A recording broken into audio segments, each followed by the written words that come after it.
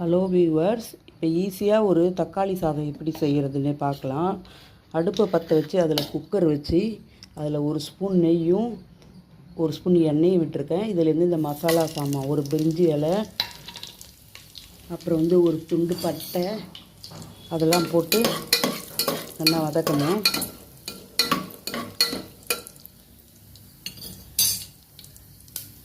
பாருங்கள், நல்லா பொரிஞ்சிட்டு ஒரு ஸ்பூன் இஞ்சி பூண்டு பேஸ்ட் போட்டிருக்கேன்.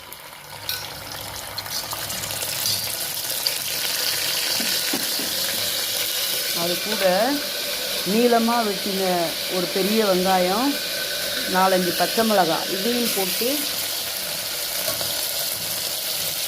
சேர்த்து நல்லா வதக்கணும். அதில்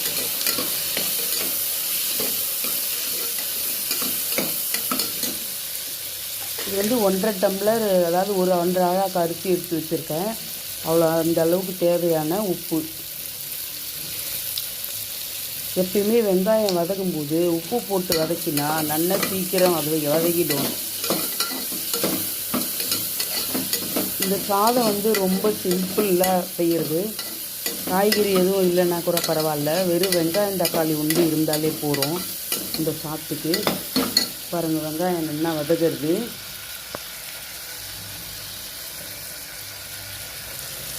இது கூட ஒரு பெரிய சைஸ் தக்காளியாக 3 எடுத்து மிக்சியில் போட்டு அரைச்சி வச்சுருக்கேன். அந்த விழுதை இதில் விடணும்.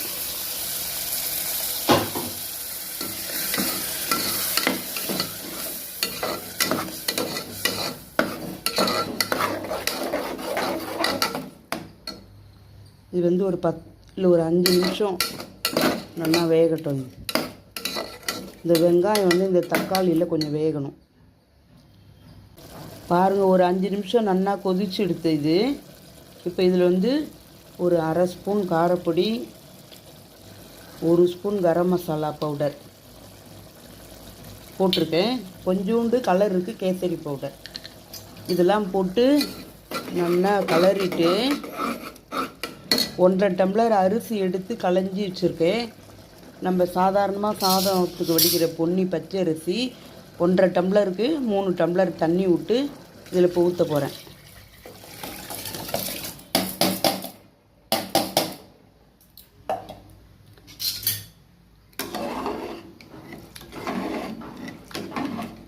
அவ்வளோதான், நல்லா ஒரு கலரிட்டு இப்போ இதை மூடிட்டு ஒரு 3 விசில் விட்டால் போகிறோம்.